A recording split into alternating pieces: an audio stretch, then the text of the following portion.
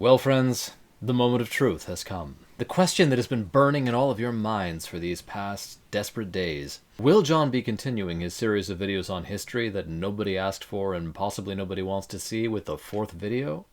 And the answer is... yo, or Ness. Kind of. I'm going to be, let's say, extending the question of history to one of my favorite topics of all time. The problem of free will. This problem has been an abiding concern of mine ever since I was in high school and my best friend persuaded me that freedom of the will doesn't exist, and I fell into a kind of philosophical and physical paralysis for some time. I stubbornly held to that view of the non-existence of the freedom of the will for many years. And alas, since coming back to it, my friend refuses to debate me again. So we can consider this a public challenge, as it were. A gauntlet thrown down at the feet of J.R. Klein. So now that that's out of the way, how does the question of history connect to the question of freedom of the will? To begin to address this, I'd like to bring in no lesser an authority than Tolstoy. Tolstoy, in his famous, not to say infamous, second epilogue to War and Peace, has a great deal of things to say about history. He has a great deal of crazy ideas about history. Now, I think very highly of Tolstoy. He is certainly one of the great novelists of all time. I'm not in the company of the Tolstoyans who are absolutely insistent on the fact that he is the greatest novelist of all time, and War and Peace, or Anna Karenina, as the case might have it, is the greatest novel of all time, and if anybody says otherwise, they are simply deceiving themselves. There are, after all, a number of other authors who can conceivably make a claim to the title of the greatest novelist of all time. For example, Dan Brown, Stephen King, Dean Koontz, Ken Follett. I mean, am I right? Am I right? And I also happen to think that War and Peace would have been a greater work of art if the second epilogue had not appeared within it. Pretty confident about that.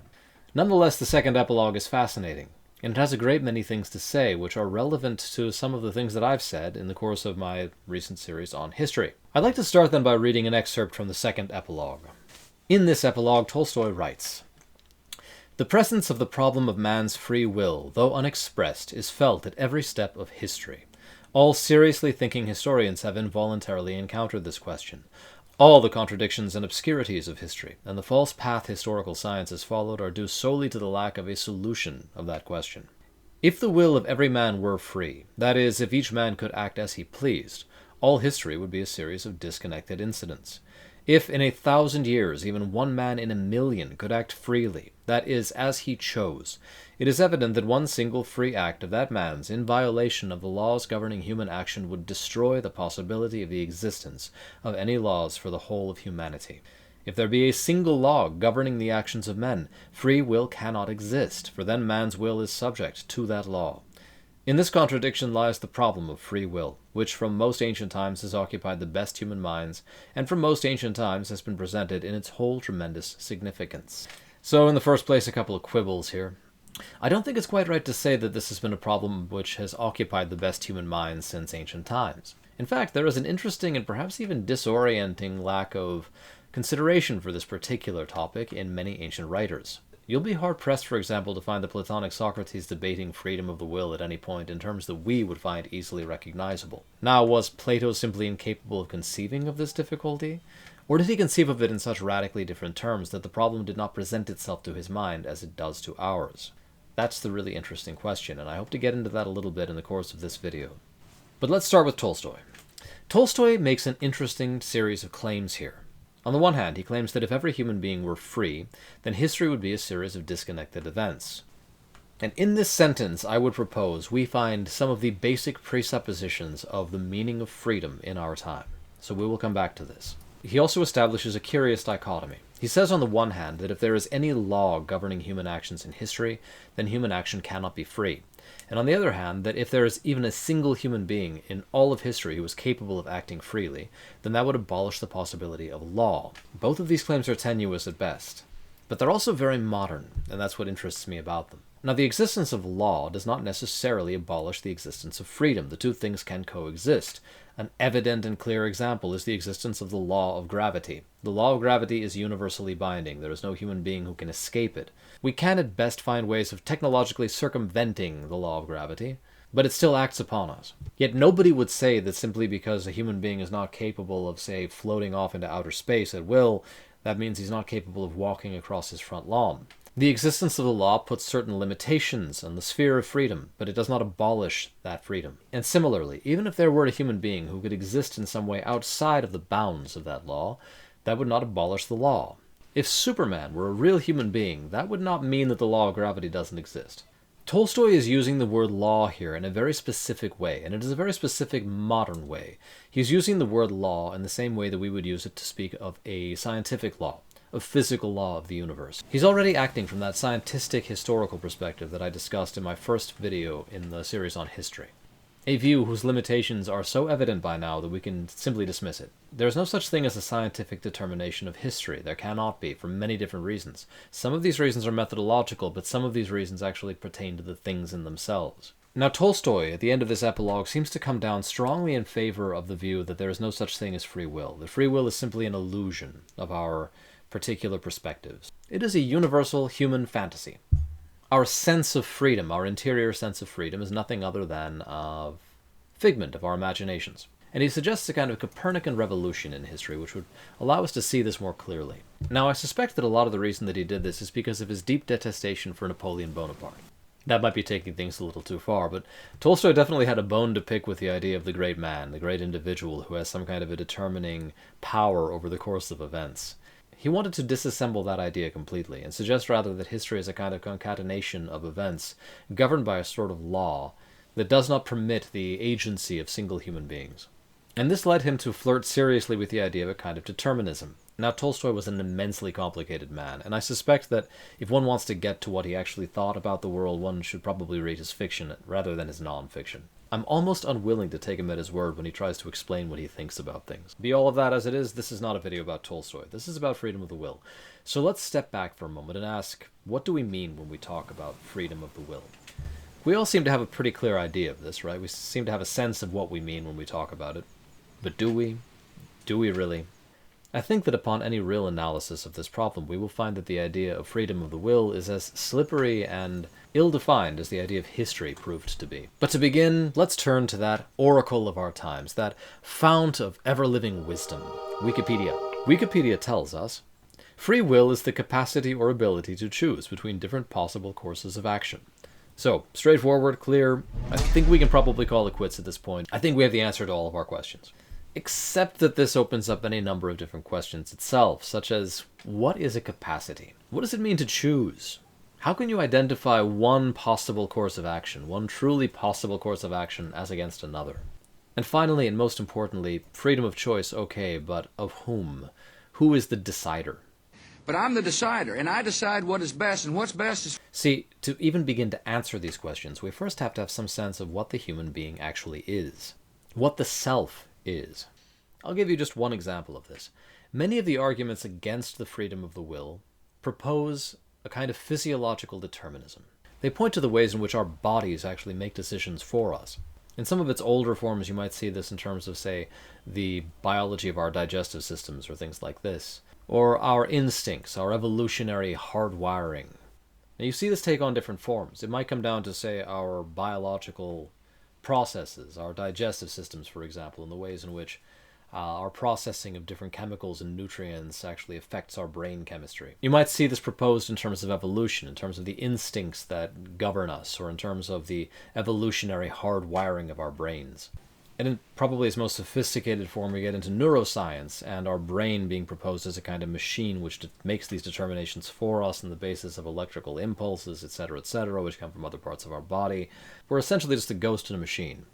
What's interesting about all of this, however, is that it proposes a distinction between our conscious selves and our physical, embodied selves. As if our bodies were these things completely alien to our personalities and to our humanity, these kinds of appendages to our souls. They can act against our will. So you got our self up here saying one thing, and then you got this whole body attached to it which is saying another thing, and then we end up doing the other thing because our self up here is actually not really capable of making choices, just our body. The more you think about it, however, this becomes a rather crazy distinction. And to say it again, because I can never say this enough times, get away from me with your crypto-populo-Platonism, okay? Just get away from me. Now, the ancients did not have this kind of an idea of the self as sort of like the seat of our consciousness, radically disconnected from our physical bodies. They had a much more holistic view of the human being. And this is a large part of the reason that their view of freedom and our view of freedom actually coincides at just about no point. So we feel a little bit like we're talking past one another. Now, the word freedom can mean a great many different things. We could be talking about political freedom. That is to say, the freedom of living in a state which does not attempt to control or restrict our behavior or our movements. A state which does not attempt to restrict our purchasing power or our speech. It can also mean external freedom, as in the freedom of a human being to move and to act at will, rather than, say, being chained up or tied down or put into a prison cell somewhere. It can mean the freedom to do things or freedom from things, disagreeable things or constraints or pain. But the question of freedom inevitably comes down to something which is present or absent within the free being itself. We can talk, for example, about animals being free or constrained. If a dog is tied up, that dog is clearly less free than a dog who's just permitted to wander around and sniff where he wants and eat whatever he wants and poop on the neighbor's lawn. Most of us would be more hesitant to talk about the freedom of inanimate objects. For example, if I'm holding this stone, no one would say that I'm stopping the stone's freedom of falling. That would be a very curious way of talking about the stone. Similarly, when the stone falls into a lake, no one would say that it's not free to swim, because it sinks. But we do talk about human beings that way. And indeed, much of the discourse around determinism comes down to treating the human being like a stone, and then saying that the human being can't be free because the human being is just a stone. And this has to be said because we don't believe that we're stones. Political freedom, external freedom, all kinds of freedom depend therefore on a kind of interior freedom.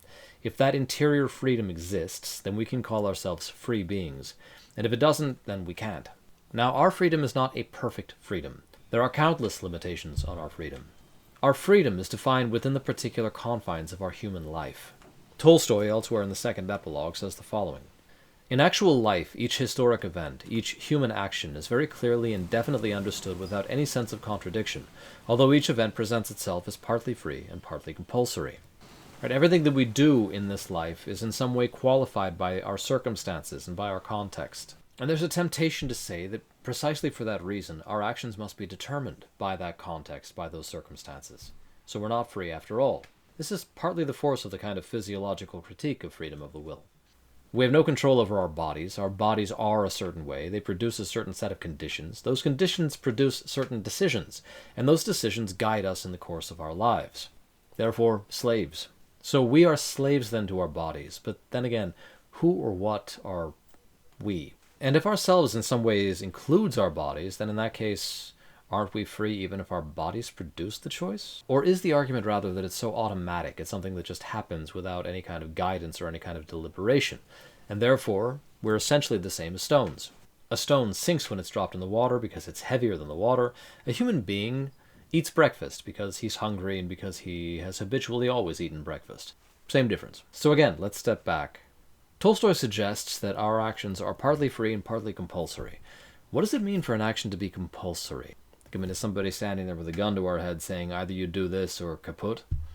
Or is our body standing there with a gun to our head telling us you will do this or else kaput? The very idea of a compulsory act already suggests the possibility of a free act.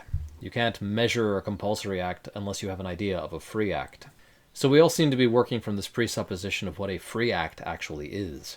Now, Tolstoy makes this claim that I'd like to return to now. If the will of every man were free, that is, if each man could act as he pleased, all history would be a series of disconnected events. And why? Because there's this idea underneath all of this that a free act is somehow completely unconditioned. A free act acts without any kind of reference to any sort of prior state of affairs. This is what led me down the path of determinism when, way back in the day, my best friend decided to try to send me spiraling into a suicidal, nihilistic state of despair. Either our acts are caused in some way, or they are uncaused. If they are caused, they cannot be free. And if they are uncaused, then they have to be arbitrary, because there's nothing causing them. They can just be anything they want to be. They will appear without any reason, without any motive, without any kind of conditioning factor which will give them regularity or order.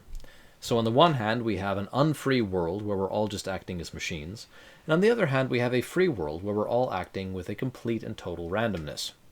Evidently, human beings do not act with a complete and total randomness, therefore we must be machines. But is that so? When Tolstoy talks about a human being acting as he pleases, what does he mean? When he says that if a single human being in a million could act freely, that is, as he chose, then there would be no laws to history, what does that mean when he says as he chose? Who is he? What are we? Are we free? We shall see. Part of what's at stake with the problem of history and of historical laws acting on us is the question of to what extent our freedom, our free range of action, is limited by those historical laws. In the grand sweep of history, a great many things happen that nobody can control. There are wars raging at present in the globe, in various parts of the world, that no one is capable of stopping. Except perhaps a couple of people who don't want to, but that's a different question. The common folk who are out there dying on the battlefield certainly can't stop things. They cannot stop the course of events. They are subject to historical forces which are greater and more powerful than them. And this has always been the case. It's no accident that some of the earliest histories that came down to us focused on things like wars and famines and plagues. Against these forces, no man is free. These are the sorts of things that we could call compulsory. If your nation begins to disintegrate and falls into civil war, you will feel the ramifications of that for your freedom very quickly. Everybody should think about this very carefully before posting any more maps of the so-called Great Divorce in the United States. Just a note. That puts limits on human freedom, but does it abolish human freedom? Tolstoy, when he's talking about laws, seems to have in mind a different kind of law than simply the law which governs societies as a whole. He seems to be suggesting that there is a law which works within the human being. One can see this actually playing out within his descriptions in War and Peace, for example, in the battle scenes in particular, when it seems like everything is just falling apart and people are acting haphazardly. It's almost as if each individual player in the battlefield has lost his ability to control himself or to master himself, and he's simply wandering around, subject to things which are outside of himself. Freedom comes down very much to the question of consciousness, the question of deliberation, our ability to actually think through problems, and then decide on a course of action, to return to Wikipedia. That moment of decision seems to be key in some way. A human being who is able to make a decision and to carry it through is evidently freer than a human being who makes a decision but then might be overwhelmed by any number of other factors that he doesn't have any control over. This is one of the great problems of addiction. Addiction steals our human freedom from us. Or at the very least, it confines our human freedom, it qualifies our human freedom, and it limits it. Now, if we focus on an individual who does not have any internal obstructions to his determinations, his decisions, how could we say that an individual like this is not free? What would that mean? What we're saying is that the sense of his making a decision is simply an illusion. It's an illusion which is overlain on the act itself, which is simply a series of causal events which are ineluctable and unchangeable. These causal events do not originate within the human being, but rather outside of the human being. They are carried through the human being, and somewhere along the line there's this strange sense of freedom which is added into the mix for some reason. Probably evolution. Evolution does all kinds of things like this. Evolution is magical. Have a question about human nature and don't know how to solve it? The answer is evolution. So in the last analysis, what's really important about freedom is that the locus of the action is within the individual. It's not external to the individual. The action cannot be considered merely the consequence of a continuing chain of other events, one leading to the next, leading to the next, leading to the next, like a series of cars on a train. Rather, there's some principle within the free being which sets off a series of actions independently of anything that came before. Now, this is not evidently absurd. If you consider living beings in general, we're talking about self-organizing organisms. Organisms, that is to say, which according to interior laws unfold and develop as they will, into the final accomplished being that they were supposed to become.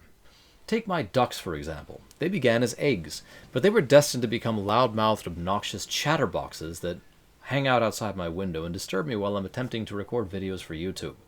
That did not happen according to an exterior law which determined the form of duck. That happened according to an interior law in the living animal itself. This is why life is categorically different from just about anything else in the world. If you take a crystal, for example, you can begin to understand how a series of external pressures and chemical combinations would give rise at last to something like this. You can reproduce those conditions in a laboratory. You take the materia prima, you put together all of the chemical and physical preconditions, and voila, crystal. You cannot do this with a living thing.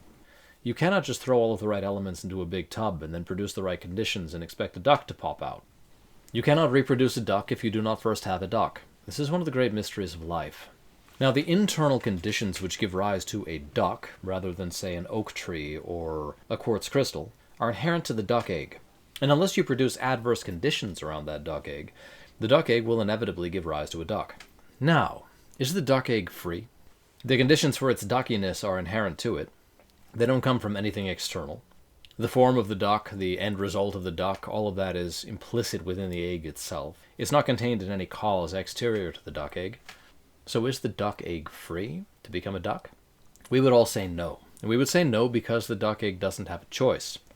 It can't decide between becoming a duck and a giraffe. It has to become a duck. So this is the second condition for freedom. It has to be something which originates within us. And it has to have the possibility of choosing between more than a single possible course of action, to return again to Wikipedia. Now, is it evidently impossible that there might be a principle inherent to the human being, interior to the human being, which permits the human being to choose between one of two different courses of action on the basis of interior laws? Determinists gonna say no. But why not? It would be worth spending just a moment understanding a few things about the older idea of freedom, as against our modern notion. Now, when we speak of freedom today, we very often mean a kind of anarchical ability to just sort of choose. You decide what you like, whatever you like, and you go after that. This is the idea of freedom both in the political realm and in the philosophical realm.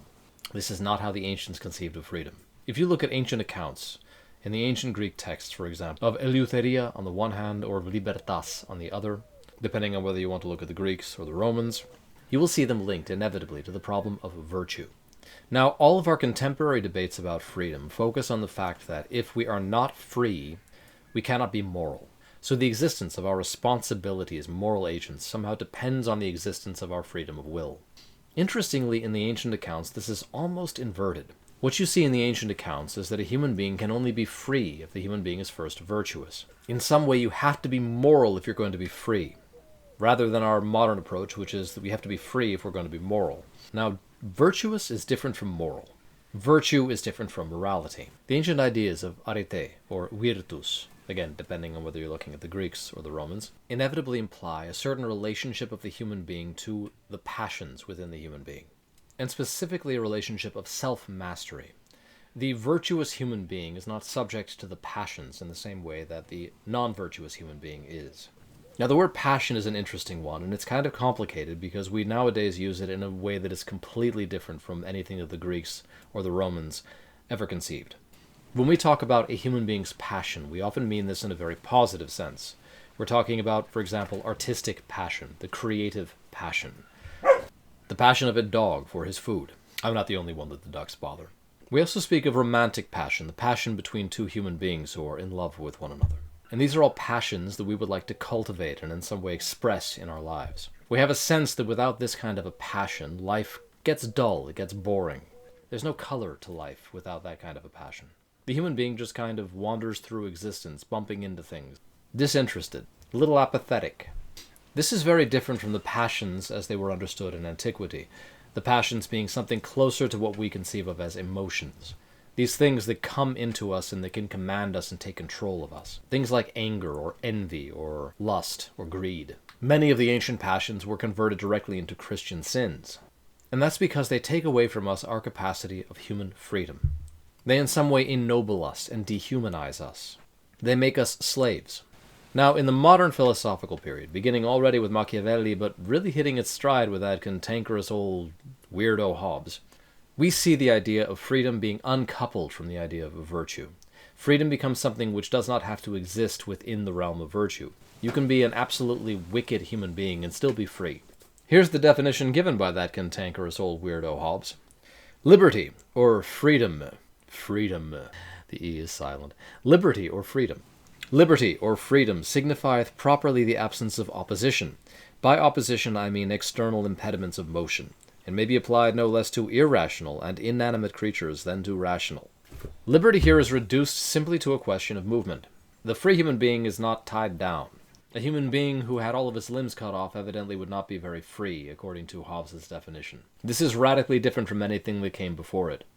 To the ancient view, freedom could exist even in the complete absence of physical mobility. Limited freedom, certainly, a freedom which in some way was constrained, but freedom nonetheless. The free human being was free even when he was locked into a prison cell and awaiting a death sentence, as in the case, for example, of Socrates. And if anyone would like to see the ancient ideal of freedom in practice, the best place to go is to read the Phaedo by Plato, which is the account of Socrates' hours before his death, his final conversations in this world, and his tremendous liberty in the face of his impending demise. If you asked Hobbes whether Socrates was free, Hobbes would tell you no. If you asked a modern person whether Socrates was free in that moment, a modern person would have some difficulty answering, principally because of how much modern people have been influenced by cantankerous old weirdos like Hobbes. Now, to the ancient view, then, freedom was most perfectly realized when the nature of the human being was most perfectly realized.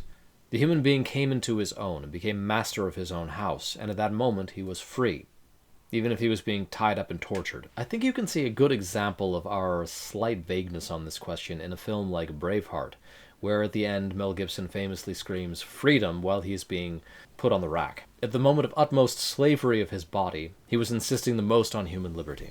And in that moment he expressed a kind of freedom which transcended absolutely his merely physical state. In moments like that, the human being has a choice: to cede to torment, to give in to all of the pain that one is undergoing, and to simply fold before a greater power, or rather to stand one's ground and to speak one's mind and to say what one actually believes. And all of us very much feel the force of that kind of a freedom. Another example is Thomas More before the Inquisition, which finally called for his death. Equanimity on the gallows is another example of this kind of triumph over the spirit of death which expresses itself in the last words a human being might utter. This is an expression of human freedom at its finest, when every possible constraint or pressure applied to the human being seems to indicate a single course of action. The human being chooses another. Now, to say that a human being is determined in a case like that really begs the question, determined by what? All external forces are pointing in a different direction. When the saint stands up against the worst possible torments in order to testify to the word of the Lord, when the human being resists torment in order to protect his loved ones, what could we mean to say that these acts are determined? Determined by what precisely? Determined by the human being? That should be the definition of freedom. If these things come from within the human being, as it seems impossible to deny, then the question is, what stops that from being a free act? And what the final determinist argument seems to come down to is this: it's not a free act because the human being could not have acted any differently than the way that he's built. He acts according to his internal structure. He acts according to his character, according to the kind of being that he is. He's like the duck that emerges from the duck egg. He couldn't have done otherwise, even if it's a very striking duck that comes out. Like a duck with a mohawk or with opposable thumbs. Not the kind of duck you'd expect. A different kind of duck. An odd duck.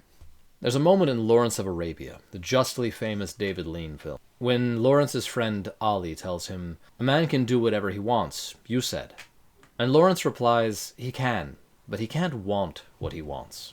This is possibly a citation of Schopenhauer, who introduced a new idea of the will, and one which was going to be very pregnant with destiny in the course of the following centuries, thanks not so much to Schopenhauer as to Schopenhauer's pupil Nietzsche. A man cannot want what he wants. In some way, our desires are determined for us. The things that we value in the world are determined for us. We're given a nature and a character of a certain sort. To use Tolstoy's terminology, we do act as we please. We do choose, but we cannot be what we please. We cannot choose what to choose. There's a kind of existential limitation on freedom, and it's interesting that the existentialists sometimes push toward this kind of a radical freedom, which really did impinge on the sort of arbitrary. For example, the famous crime in Camus' The Stranger, where the protagonist just shoots somebody because he feels like it, without any kind of a cause or any kind of a purpose, but just because. Or the existentialist proposition that existence precedes essence, which is to say that existence is kind of like this hollowed out thing that receives its contents whimsically. We have a problem with the idea of nature. We don't like it much. It seems to constrain us in ways that we're not ready to accept. And yet we all have to accept them because we're human beings. We're built a certain way. You can't get away from that. Now, in the modern time, this has taken on all kinds of really bizarre overtones because we have the possibilities today that never existed in the past thanks to our technology. We really do have a greater range of potential actions in our time than ever before. We can, to a certain appreciable extent, manipulate our genders. We can manipulate our physical reality. We can manipulate our appearances. We can manipulate any number of things that in the past we could not manipulate. We can undergo complex chemical treatments which alter our neurological functioning. We are capable of shaping ourselves in ways that in past times simply were not possible. Do we have greater freedom than in past times? Well, now that's an open question, because freedom really seems to suggest a kind of inner coherency, an inner cohesion. What inevitably leads to slavery is a kind of disagreement of the self with the self. When you come to a point where you're not satisfied with what you want because you didn't choose it, that indicates a really deep level of fragmentation in your being, and there's no way that you can get out of that.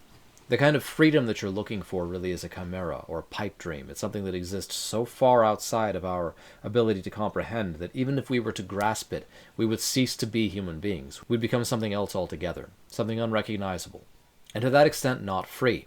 What freedom really is about is the realization of our person. What freedom really is about is the realization of the nature that's been given to us. Now this is where modernity actually might have something to say of interest. The relativist discourse is not altogether fanciful or wrong. There are certain activities which are detrimental to some human beings and not to others. This has always been known, incidentally. This is not a modern revelation. But modern philosophy does cast it into a certain light which makes it very clear and evident. As a very simple example of this, a person who has an addiction to a certain substance does not have the same liberty with regard to that substance as a person who does not have that addiction. If you are addicted to donuts, it is a bad idea to start eating donuts, because you will keep eating donuts and you will become very large. Whereas a person who has no addiction to donuts can eat a donut every now and then, not a big deal. Vice to some extent is connected to the individual human beings, and different human beings have different spheres of liberty, different shapes or forms of liberty, of freedom in the world. There is some truth to saying that different human beings should have different moralities or ethical systems, depending on the way that they're structured. Now, obviously, to rightly determine that, you have to have an advanced degree of self-knowledge, and most people lack this, so it's not wise in general to try to figure that out. But the goal is always to become an integrated human being, an authentic human being, to use another modern word, which has difficulties, but is a good one on the whole. It's by becoming who we are that we are finally able to realize our freedom, to be free beings in the world. It's only by being who we are that we are able to express ourselves, even in the face of external pressures, of peer pressure or social pressures or political pressure. Our goal should always be to know ourselves to the fullest possible extent, and to realize ourselves in that light. And this is why friendship is such an important part of human existence. Friendship and love.